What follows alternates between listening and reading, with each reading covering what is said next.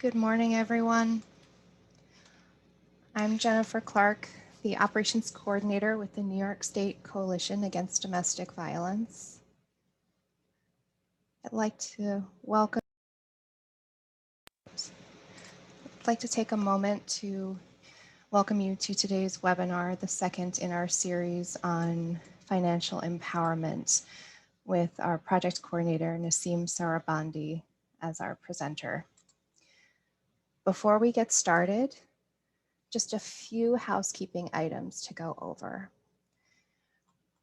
All participants are going to be muted throughout today, so we do ask that you use the chat box for any questions or comments you have. We do also have the Q&A feature enabled. Please feel free to also introduce yourself in the chat box. There is a link to all materials associated with today's presentation in the chat box, as well as a link to the closed captioning transcript. For today's presentation, we are providing both ASL interpretation as well as live captioning. To turn captioning on, you can just press the CC button, which should be in your toolbar. We are recording today's presentation, and a link to the recording as well as the materials will be sent in a follow-up email in the next few days. And with that, I will hand it over to Naseem Sarabandi to begin. Naseem.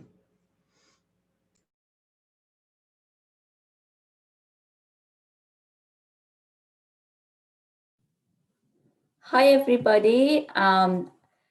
Thank you, Jennifer. Thanks a lot for helping us to do this webinar very smoothly.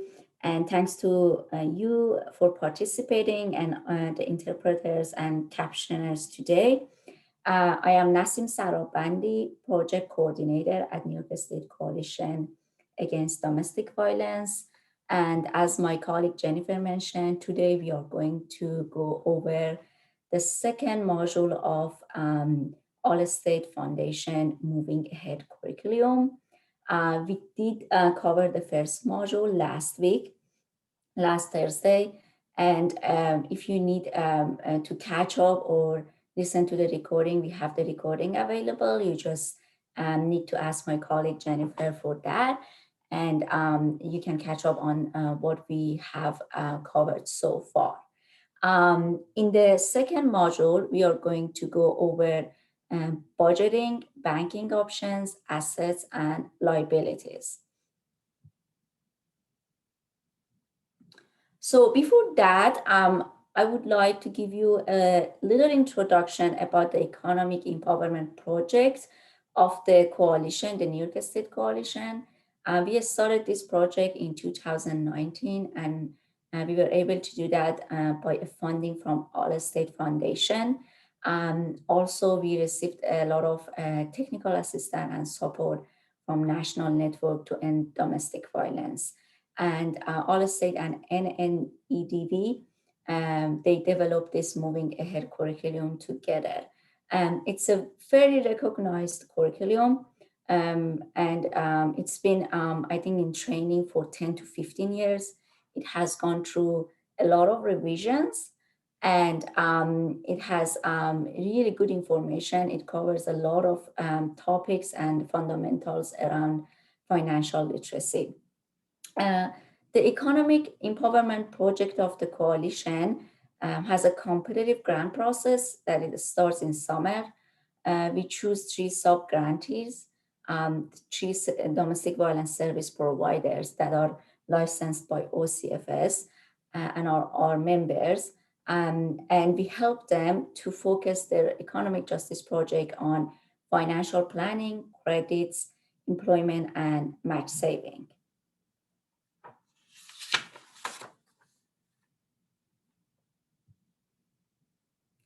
As I mentioned, this curriculum has 5 modules. We are going to have 4 webinars. I mean, we had already one, so we are in the second one, which in the first module, we went through the economic abuse, safety planning, divorce or separation, and child support.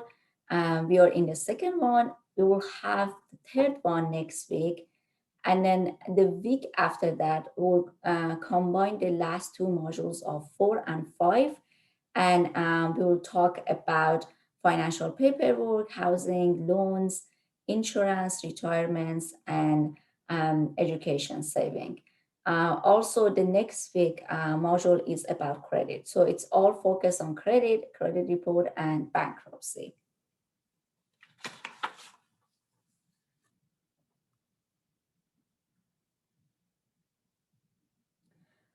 But what topics we have today? We have financial management, we have budgeting, saving, assets and liabilities, banking options, and some resources that will give to you, provide you with that if you need to do more reading or you need more referrals.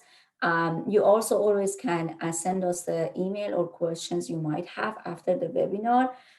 We'll try to answer some of the questions today, but we'll see how much time you have left at the Q&A section. So before actually going into the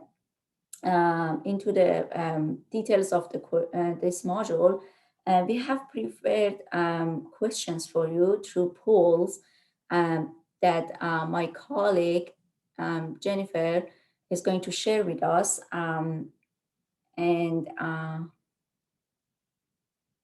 Yes, so you should be able to see a poll right now.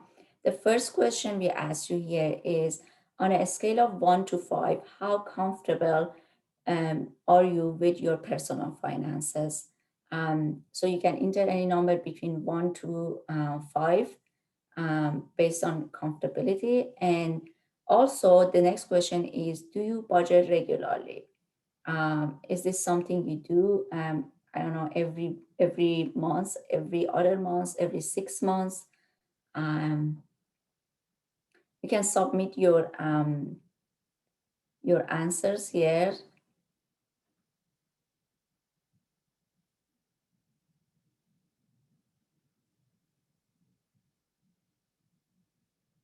We'll have like a couple of seconds to actually get the answers from everyone and make sure everybody's like has this opportunity to actually participate.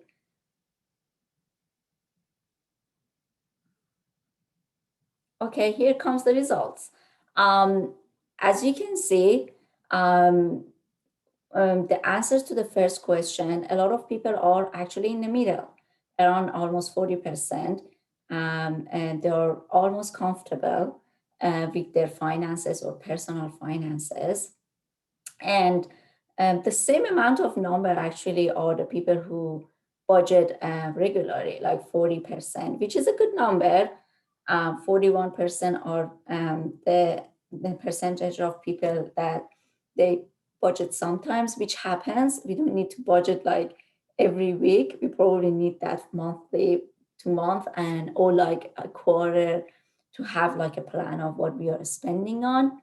I really appreciate your answers. Thank you so much.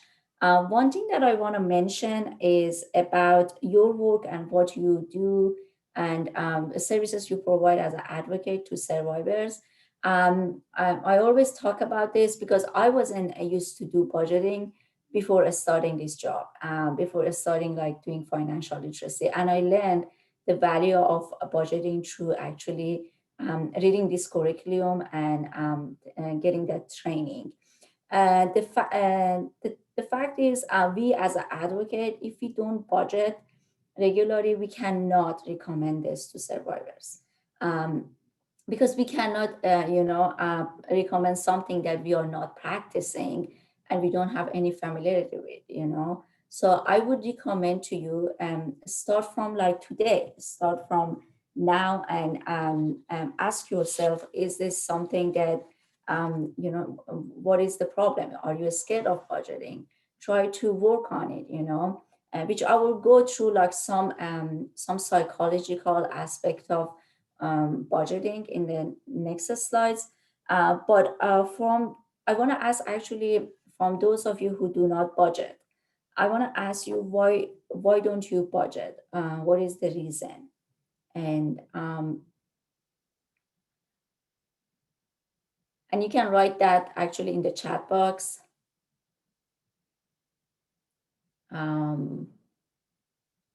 Yeah, we are asking if you are not budgeting, why you are not budgeting. Not used to it, don't know how. That makes a lot of sense. I'm already fragile enough with my spending, out of fear of results. You don't have the tools, you don't know how. There's unexpected events. Will change from month to month, not much budget with that. It's not a learned behavior, it was never taught. These are really wonderful answers, these are what we probably didn't grow up with financial literacy knowledge. So it's very hard for us to catch up on the budgeting and how to do this. So I want to ask the ones that answered yes, we budget. I want to ask them, what do you get out of budgeting? If you do budgeting, what do you get out of it? I do budget with a small amount of funds. That's wonderful. You get a sense of control, get a peace of mind. It really calms you down, reduce anxiety, increase my saving stability. Save for vacation. These are great answer. Control both funds and expenses. A sense of security. So I don't spend what I don't have. That's so true. Peace of mind, ability and motivation to save. Okay. For those of you who don't know how to budget, we're actually going to go through that today. So we're going to give you also tools for that. So I'm going to close down the chat right now and go to the next slide. So the financial management, we've heard about it. We've heard about the term. Some people are scared of it, but you shouldn't be. Because the thing about finance and financial management is the more you know about it, and the less fear you will have. You will actually handle and tackle the issue that you might have in your finances or budgeting much easier if you have a knowledge of it. We all can get a lot of information about budgeting or about finances from research, or participating in community financial workshops, or finding trusted friends or trusted website.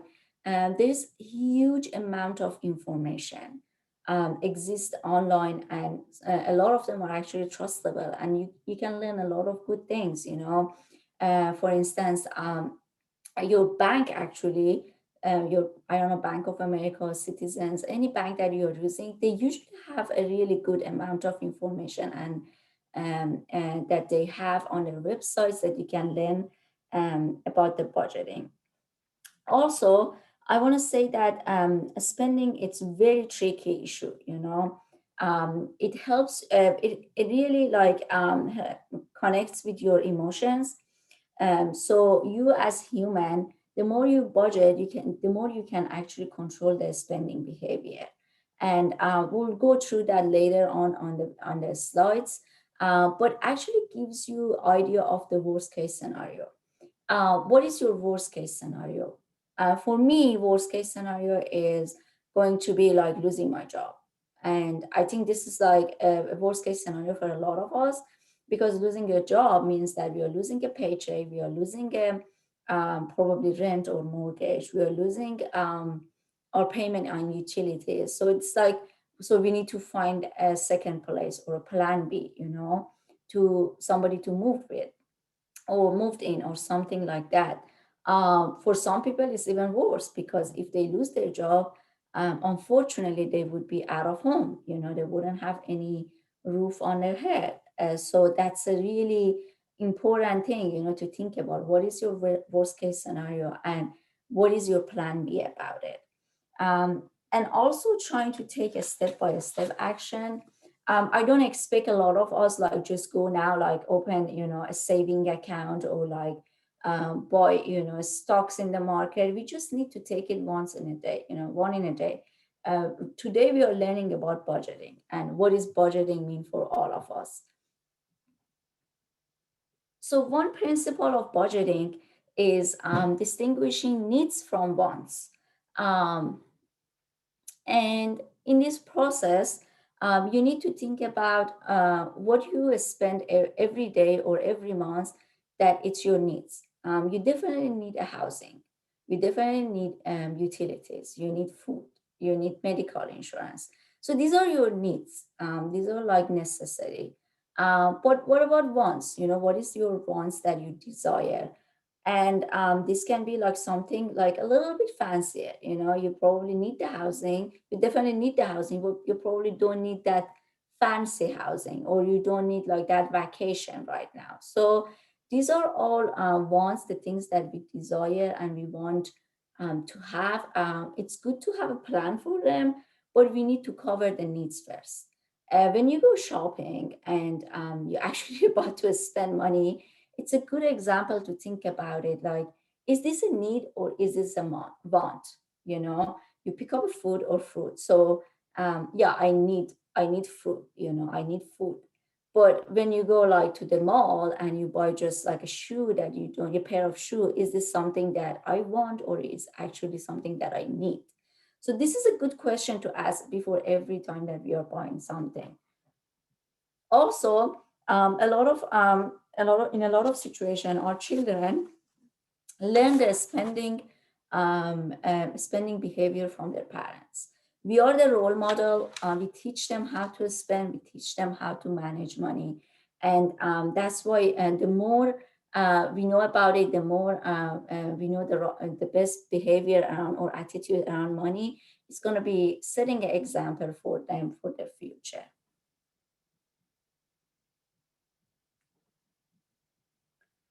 I'm gonna have a sip of water. And then the first thing in the budgeting is finding or identifying your income. You need a source of income. This income can be a paycheck from your employer, can be if you're not employed or you're a domestic violence survivor, it's public benefits. It can be unemployment. It can be like TANF, it can be child support, it can be a spousal support or SSI, SSD. So these are like all forms of public benefits. And the more you as advocate know about these public benefits, is going to be more beneficial for the survivor. You can refer them to the right place, or you have a general knowledge of them, or you have heard about them. Um, you also can check the website benefits.gov to find your New York State government benefits, or the best place is also contacting your local public assistance program. So these are resources to find out about the public benefits. One thing that we covered last week was family violence option.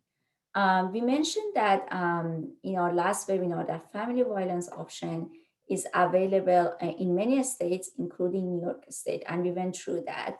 I want to give you a little overview of that family violence options gives the opportunity to survivors of domestic violence that they need public benefits, or they are going after the child support, to excuse them or waive them the requirement. So for instance, if they're applying for unemployment and they need to do some employment or work or job readiness, classes to find a job, it can actually waive those requirements and provide them with the public assistance without that requirements. This is something you can read about it. There is like a lot of information about family violence option, how it works in New York State, and the local DSS has all the means to provide that to survivors. Also, we need to make sure that the DV, domestic violence indicator flags, are placed in the personal TANF file. That's exactly because that's exactly for the family violence option and the way that they can get the family violence option. Um,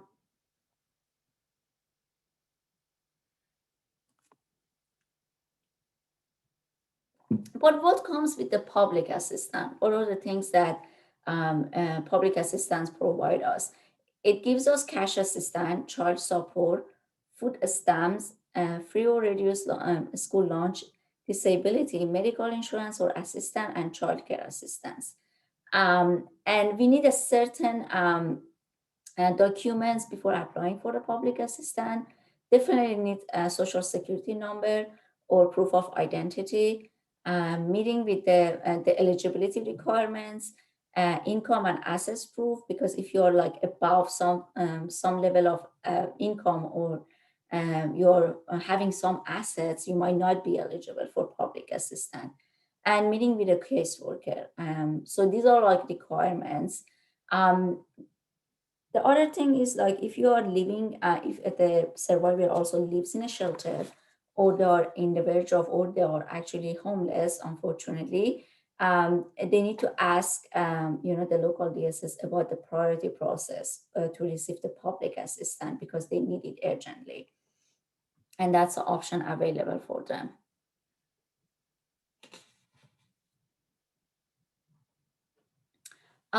So now going to the budgeting. Now we identified the income. We need the money to spend, and how we are spending it. We need to have a budget sheet. It's very important, very crucial to have it for financial independence. As some of you mentioned, it gives you confidence. It gives you control over your money. The other good outcome of budgeting is it helps you to fund your spending leaks. There might be some unnecessary expenses that you have, that the only way that you can actually find about them is your budgeting. Um, it can also helps you to make a plan to pay off your debts. It might take time. I know it might feel like scary for a lot of us, but that's the only way, to pay off the debts. And we shouldn't let the anxiety or the stress over the debt that we have prevents us from like planning. What do we do tomorrow? I know that the anxiety is like, it's true, it's like a reality for everybody. It happens, but that's the only way that we can, pay off our debts or like plan for our future. um, the other fact is, like, most of the women that they actually escape, or they come out of an abusive relationship or any relationship, they find that their standard of living declines, and that's because, when you are living with somebody, you're sharing expenses, you're sharing like the rent for the house, you're sharing utilities. But then when you are alone, you have to be on your own, and that's why the budgeting is very important for the women who are living abusive relationship.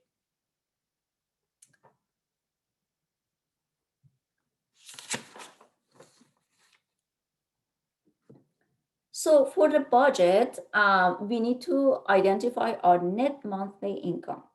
This is the money that comes to us after all the taxes and deductibles. Anything that you have spent on the insurances, on the taxes, it comes out, and what comes to your bank account or as a check. Um, then you have to identify your monthly expenses and distinguish between fixed and flexible expenses. So fixed one is your rent, your utilities, your food, internet, but maybe flexible one, maybe it's Netflix, Hulu, or you can have one of them as a fixed income, but not like, all of them as a fixed income. Sorry, fixed expenses. I'm sorry. And then you have to subtract your monthly expenses from your income. So if that number comes to negative, or you're seeing, zero there, you have to find a way to reduce your expenses, or you have to find a new solution, finding a new job, or seeing if it's possible to get a second job, even a small, because you don't want that leftover money at the end of the month be zero or negative. You need to have a little bit of you know safety somewhere, and that's a scary. So here is a sample of budget form. As I mentioned in the materials, we are going to give you a sample of budget form in the form of like a worksheet. and an Excel sheet. So there's like, you're going to get in two type of forms. And in the Excel sheet, you just need to enter the numbers, and then it calculates your monthly spending and how much you are left at the end of the month. Or you can write it down on a worksheet and just review it. As you can see, there is two different columns here. One is fixed expenses and the other one is flexible expenses. And you might have noticed by now that in the fixed expenses, there is, besides your rent, mortgage, medical, vehicle insurance, the payments on your vehicle and other loans that you might have that you have to pay off, there is long-term savings and emergency savings. Yes, emergency saving is in the fixed expenses, and there's a reason for that. You have to save for unexpected time, we all lived our life and we know like there might be something happening tomorrow. Unfortunately, there might be a hospital bill, there might be expenses for your child. So these are all like saving that we can use in a case of emergency. And your long-term saving is your retirement. And you have to plan for your retirement from today, because when you are like retired from work, or you're like around 60, 65 or 70, it's too late for that. That's why it's actually in your fixed expenses.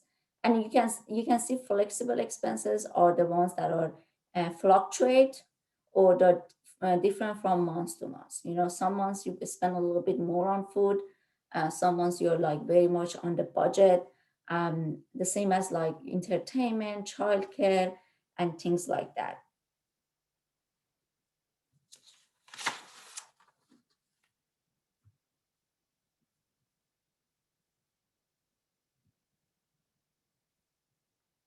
So now that we went in over the budget sheet, and I hope you are gonna have a chance to download the material and go to your Excel sheet and enter the numbers, and get your monthly budget.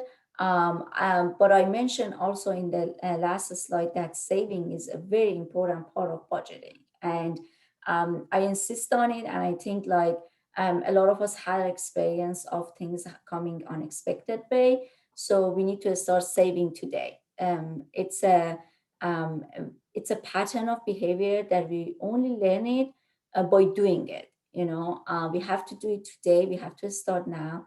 We have to make it automatic. If you postpone it, like, yeah, I'm gonna study tomorrow, or study next week or next month, it might never happen. So start today, start automatic. If it's even $10 a month, that's better than nothing. Also consider working extra hours if you do not have enough money. I know it's very hard to manage the time and everything, especially if you have a children, but even creating a small own business in the home, it's something that might bring you some income. Or working for gig economy, like Uber Eats, Lyft, Rover. We have DoorDash nowadays. So there are like different kind of applications. There are some consideration when you want to work for one of this gig economy. And one of the most important one is you have to check your insurance policy to make sure that they are covered for the extra mileage that you are actually putting on your car. And so if they are not covered, your premium on the insurance might actually go up. So you need to definitely check that and consider that in your budget.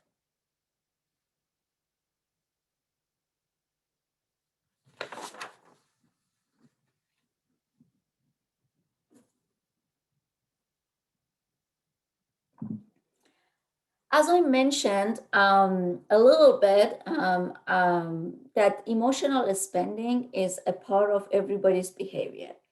And it's true for everyone. We all go through a situation that we're having a crappy day at work or at home, and we just go out, or like we go, to a mall, and we spend money on things that we might not need. And that happens for everyone, including survivors. Survivors, when they leave their abusive relationship, that's the time that they feel free to spend their money the way they want, the way they desire. Um, but we need to address the emotional spending, Um, we need to acknowledge that survivors had an accomplishment. They left the abusive relationship. That's a big accomplishment. And now they are getting a paycheck, or they are able to get their public benefits. So we can actually celebrate that with them, or help them to celebrate in a small ways, with their kids, something that doesn't break the bank, and also help them to have a plan for that paycheck they are receiving, before the check comes to them, how they are going to spend it. And we can also address the emotional spending by finding like economical ways to enjoy our freedom, or create like positive memories in our brain with something that is not going to break the bank. Like we can have a cookout or a barbecue outside, not in this weather, when the weather is a little bit better, or like having a baking a pie in the home. That way we are enjoying we are celebrating and we are enjoying our time and making positive memories.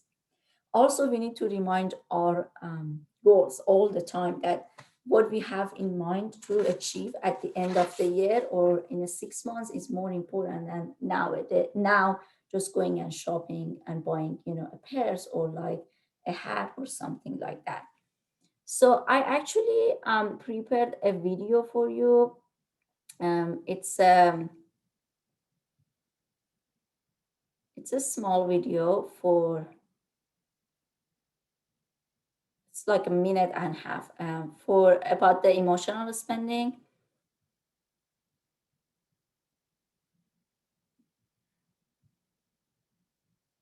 Are you are you able to see the video? Nasim, yes, we can see the video. Okay, great. Thank you, Jen. We all need a way to relieve stress or take our minds off of our financial woes. Unfortunately, for many, that pressure valve comes in the form of spending. I think shopping is my go-to stress reliever, for sure. Usually spending more than we can afford for a quick pick-me-up that doesn't last very long, according to psychology professor and author of Smart Change, Art Markman. As soon as you've made the purchase, you've satisfied the goal to buy this thing, at which point that goal disappears from your motivational system. The next thing that generally pops up is all those concerns about money. Suddenly you're feeling lousy because you spent more money than you really could have afforded to spend. So how do we curb the impulse to spend when we're stressed? Markman says training yourself out of bad habits requires tangible actions. A major factor in kicking any addiction is social support. Ask one of your friends who doesn't have a shopping habit to be on call if you need to be talked out of an emotional shopping spree. Disconnect all easy buying methods such as online one-click purchases. Remove your credit card information from all shopping sites. One way to make spending more difficult is to use only cash when making purchases. That way you'll feel the impact of your spending by the weight of your wallet. Finally, realize that spending money will only make your worries worse, and the best way to relieve stress doesn't have to cost anything at all. Spending your time creating memories, and particularly positive memories, has a greater influence on your well-being than purchasing things. If you find yourself still indulging in emotional spending once in a while, then at least use Wright's method of avoiding debt once you've had your fix. I appreciate a great return policy for sure. And sometimes I use that. Jenny Hoff, creditcards.com.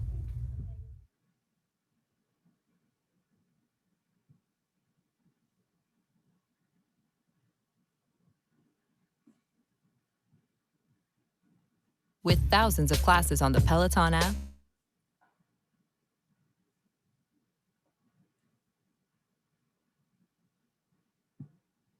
Sorry, I'm having a little difficulty here with the PowerPoint.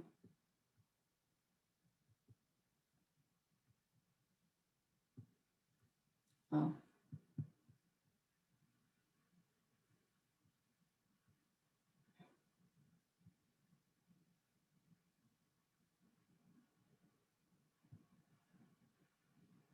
Do you see the PowerPoint?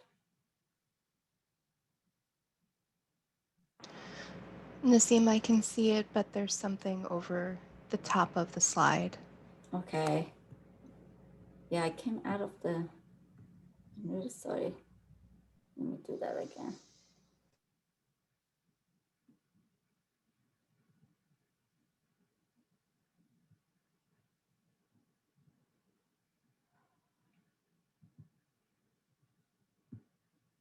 What about now? Do you see the PowerPoint, everybody? Yes, that's perfect right there. Okay, great. Thank you. I'm sorry for the, been like trying to navigate this. So as you saw, this was a video from a very informational video. You know, it's emotional spending. We need to acknowledge it, and we need to find ways or strategies to deal with this emotional spending. So you need to write down your financial goals.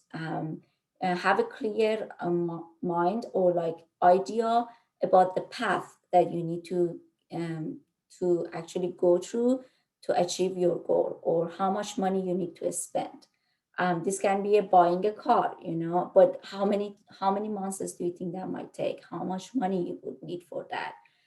We need to remind ourselves that that the goals exist, and that's the way that we do it is usually by writing notes, stick it and post it on your, I don't know, refrigerator, different places in your house, just something in front of your eyes. Um, and also examine our feeling. If you're noticing that you're actually tempted to overspend, we can put off the shopping for a day or even like 1 hour. It really makes a difference. Or we can pick up a phone and call a friend, and instead of like doing that purchase at that moment. And as the video also mentioned, we can also find other ways to relax or enjoy our time or charge ourselves during the day. But how do we go with saving? I know that a lot of us have heard this phrase that you need to have 3 to 6 months expenses saved in your bank account in case something happens.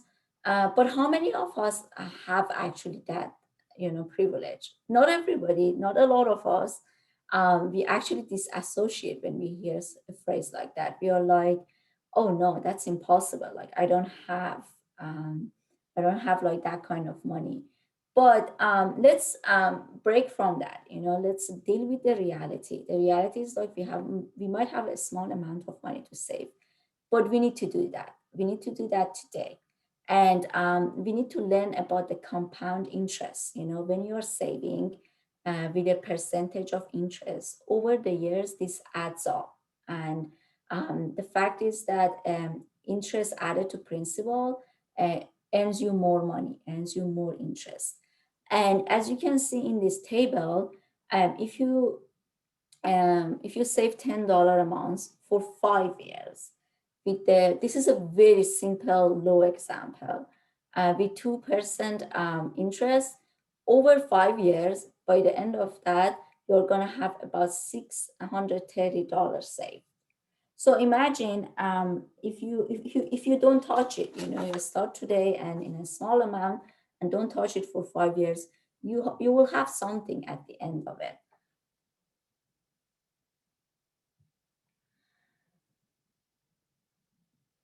And there are saving accounts. There are different type of saving accounts that you can put your money there, and based on the interest and what is the rate, you can invest and have some money. The interest earning saving accounts are actually the ones that we use through our bank. It's a very good way and safe way to start, but their interest is very low. So you need to keep that in your mind. There is also money market accounts. These ones have like a higher interest than traditional saving account, but it might actually ask you to like provide a higher minimum balance at the beginning. And there might be limits on the number of transactions that you can do per month. Um, or the CDs, which call certificates of deposits, that you can use that if you are sure that you are not going to touch an amount like your tax return. for 3 to 6 months, you can search that. You can go to the website Bankrate and search the bank rate for your, for the interest rates, and see what is a good place to save. But in the CDs, you cannot touch the money for a certain amount of time.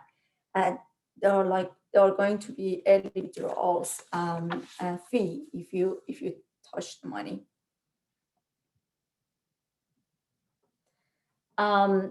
I mentioned last week in our last webinar a little bit about assets and liabilities. What is assets? What is liabilities? And this is also part of your budgeting, part of your financial management that you have to keep in mind.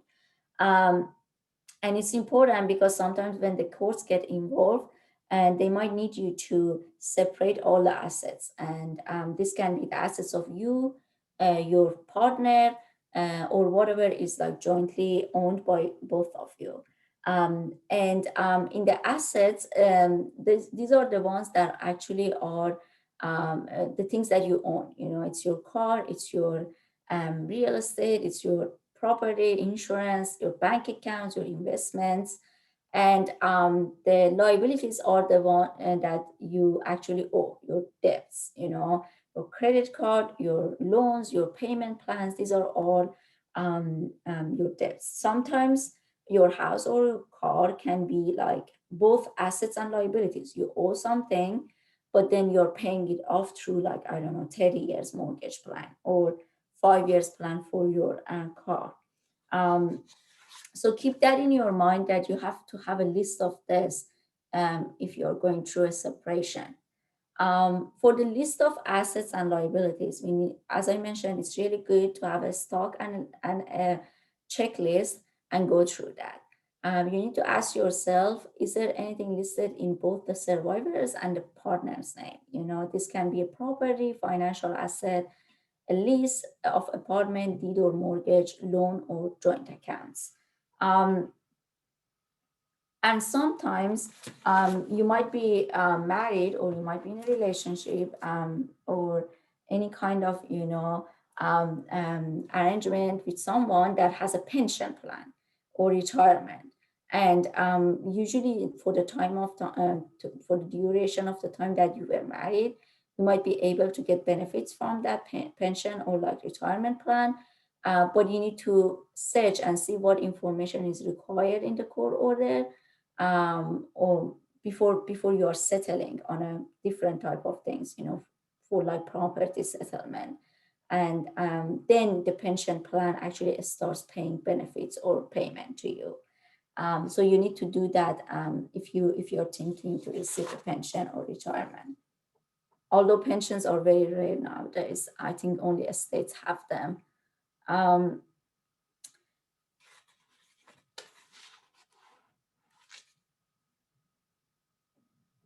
As I mentioned, there is going to be in a situation that you're going through separation or divorce, there is going to be a requirement from the court to do the assets and liabilities.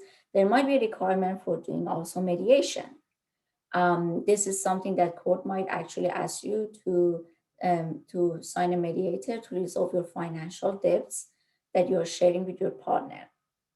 The fact is, this process can be dangerous and not safe for some survivors because they need to regularly meet with the ex-partner or abuser. So it's going to be a very tough and rough situation.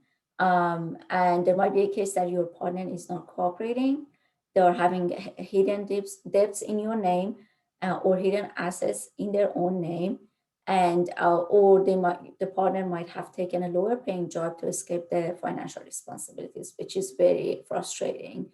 You need to check the website themediate.com to get more information about the mediation, and talk to your advocate or contact the local bar association lawyer referral service for recommendation about mediation. And you can also consider disclosing, if you have any concern about mediation, you can disclose that to the judge or the mediator. And your rights and obligation to participate in the mediation process, it really differs in different states. It can be different.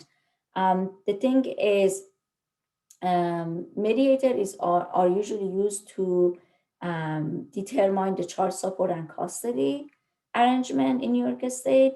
And we also call this alternative dispute resolution in New York State. And I think at the end of this webinar, in the last slide, my colleague Jennifer, she put a link about this alternative dispute resolution, so you can get more information about it.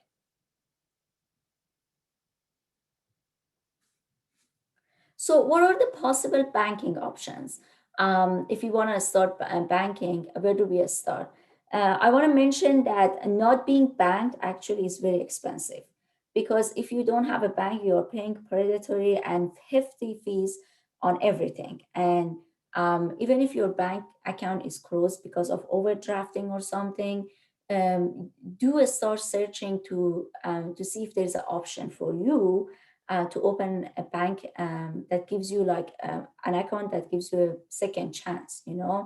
You can start from like traditional banks, like your Bank of America, your TD, your Citizens Bank, Key Bank. These are like all traditional banks and that have like some requirements, and you can open an account with them. There are credit unions. You need to be a member probably, and there are community-based financial cooperatives. But credit unions are really good because they're really having a good lower interest when you are getting a loan. You need a loan for something, and that's why are very recommended. There is payday lenders. They usually charge a very hefty fees, and it is not very recommended. It's like very predatory. Also, check cashing stores that they charge the portion of your money, like a 4% of your check account to check amount to actually cash your check. So these are all very hefty and predatory. I do not recommend, but you need also to find solutions if you don't have a bank and you need to cash any checks. The fact is that unbanked consumers are about 6 times more likely to use costly check cashing services, which is very high number and very dangerous. So for the banking tips, that if you are starting using a bank, you might need documents for opening a bank account. If you are immigrants, you probably need an IT number. You need a passport. You need a SSN, social security number. You need proof of identity and date of birth. You need utility bill, and actually for your address, and maybe employer ID. And if you're using an ATM to withdraw any kind of money, you need to be careful about that. Your PIN is a sensitive number. You need to check it. You need to check it and change it regularly, and not share it with anyone. And the fact is, most ATMs that are not owned by your bank account, they also charge a fee for withdrawal, usually between $3 to $4. So you need to be aware of that. And you can also use the online banking. Online banking is a really good option. It's much more safe. It's going to be paperless. You'll set up your account online, and you can log in and see all your information there. So here I actually prepared a spending leak activity that I will go through that because there's a lot of participants on this webinar. We cannot do the activity, but it's something that you can do on your own. You will have a copy of that, and I recommend you to do it and to find out any spending leak activity you might have, a spending leak you might have actually in your expenses.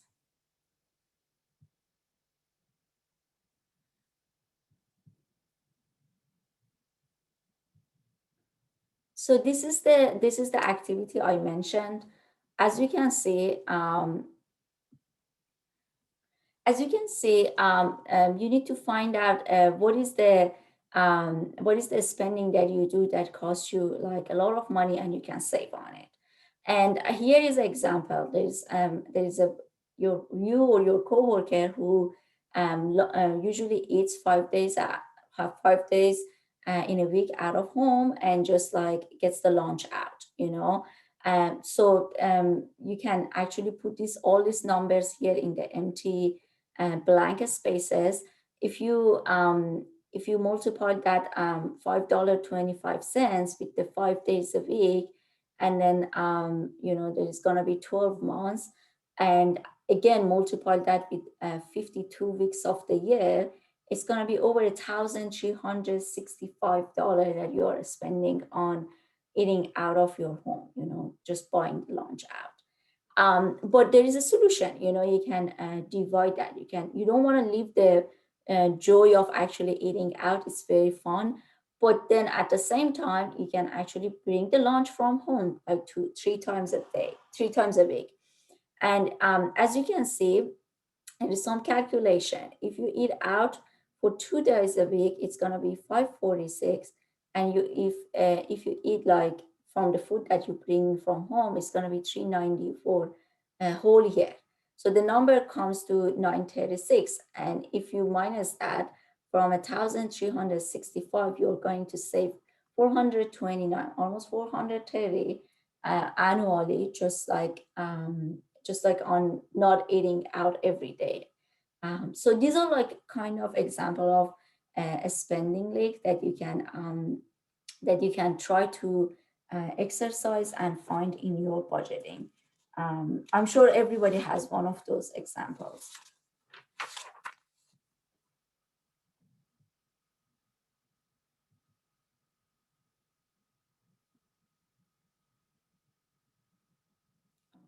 It's happened again. I'm sorry, hold on a second.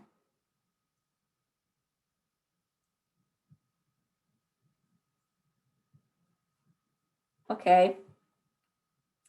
And for the resources, as I mentioned, we provided the link to the curriculum. There's links to National Network to End Domestic Violence Economic Justice Project page. Center for Survivors Agency and Justice has a good information about credits around like finances. There's the website mediate.com, and also as I mentioned, New York State Unified Court System Alternative Dispute Resolution Program that we provided the link here.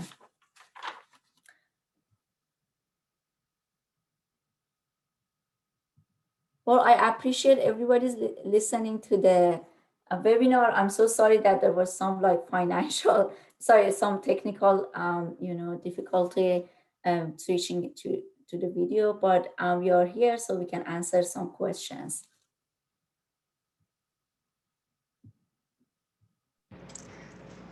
Thank you, Naseem. We do have a few questions. The first one is, can an undocumented person open up a bank account? If so, where and how? Yes, they can. They need to have an IT number. So it really depends where they are. I don't know if this is in New York State or is it out of the New York State.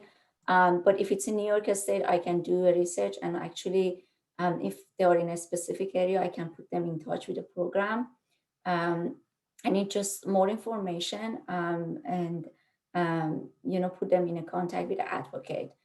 We definitely have one of our program subgrantees would work with undocumented and immigrant survivors and helps them with this kind of issues.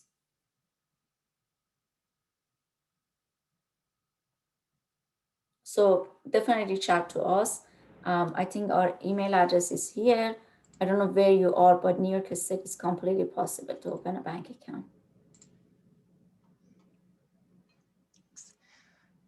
I do also have a few questions around budgeting. If there are any suggestions on budgeting for survivors and their families who do not have enough income to meet their necessary expenses. Yeah, I know that budgeting without having an income, like getting any paycheck through unemployment and public benefits seems impossible. But there are always some sort of resort in the community, and there might be some loans available to some survivors and their family that it might exist in your community that you can actually apply for with a very low interest rate, or I can refer you also to Independence Project of the National Network to End Domestic Violence. And the thing is, in that Independence Project, they can ask for macro loans, and the survivor needs to meet with advocate a couple of times before applying for this loan. But the thing is, they can apply for it like multiple times, and pay off the loan in a long term. Like it might even take a year. It's a very small loans, but it's better than nothing. Or like there are some match saving programs, as I mentioned. One of our program right now runs a match saving programs. We are really proud. They're doing a wonderful job. So survivors put a little bit of money and they match the money for the same amount. So there are resources in the community, and I know it's very hard, but there should be something for this survivor, or even like a small job, something that would help them to get through this time. But as I mentioned, without income, budgeting is almost like impossible. Thank you for that. The next question that I have is related to what you would recommend be done for individuals that are on disability public assistance and have limits on how much monthly income they can earn. These are really good questions. I need to think about that. I think we have resources for this. Definitely. I don't know if anybody has an experience here between participant and they would share it in the chat. But I need to check my resources too and some sort of recommendation. Could this person reach out to us individually if it's possible? I don't know who was it, but definitely I want to follow up on this because I think there are like really good information and even training on this.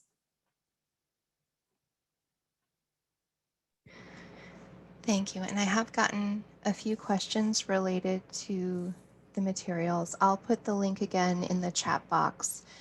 And just to be clear, the link actually will take you to a folder that will contain all of the materials for all 4 of the training sessions.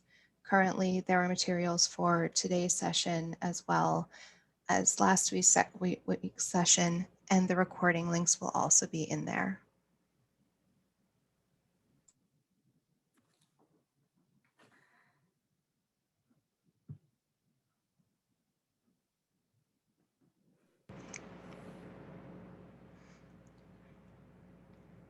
I don't know if there's any other questions.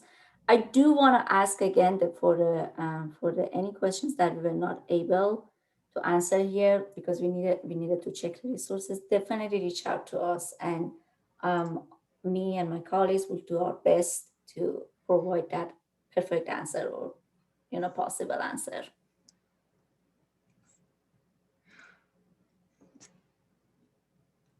I do see an additional question asking if there are any support groups for following ongoing support to take these steps. The steps that we went through the webinar, that's the question. Is this? That's what it's on. Do we have any ongoing? Yes, it is. Well, ongoing support group, it's possible from the advocates in the programs. I can say that there are 3 sub-grantees who provide financial empowerment, and they have a counselor that is trained on these modules, and they have copies of curriculum. They have support groups, so it really depends on the program and what kind of what kind of capacity they have. In the module, if you go through that, there is a lot of information, there is a lot of links and resources. So you might actually find good information there. But there is a website, I actually remember that. There's a website called Savvy Ladies. I'm trying to Savvy Ladies. That it's a group of women that they provide a lot of information, a lot of presentation, and financial counseling. So I would recommend you to definitely check that out. I put the name of it here. I don't have the link to it right now, but I think this place is it's based in New York City, but I have been recommended people like to check their website because they have all financial counseling there too.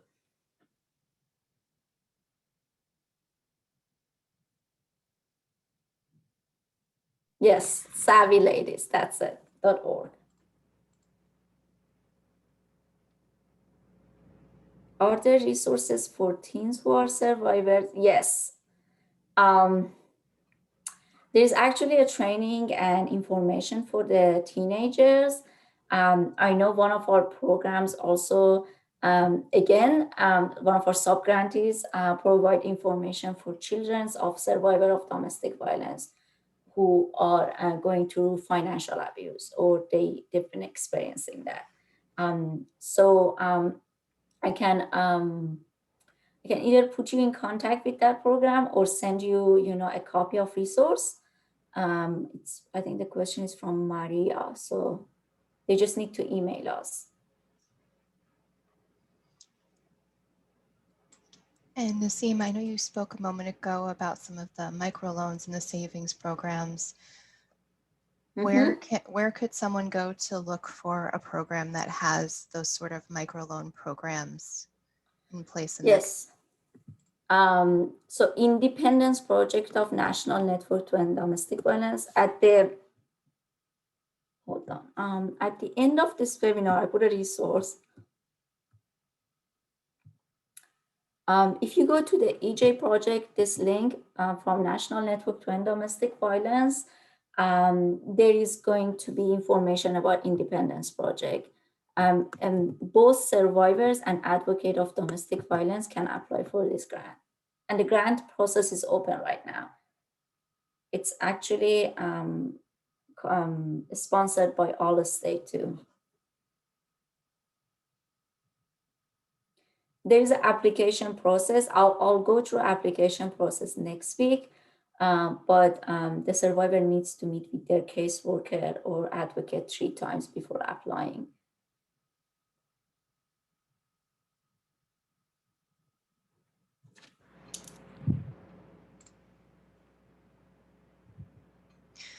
All right, well, we are over time and I'm not seeing many additional questions coming in.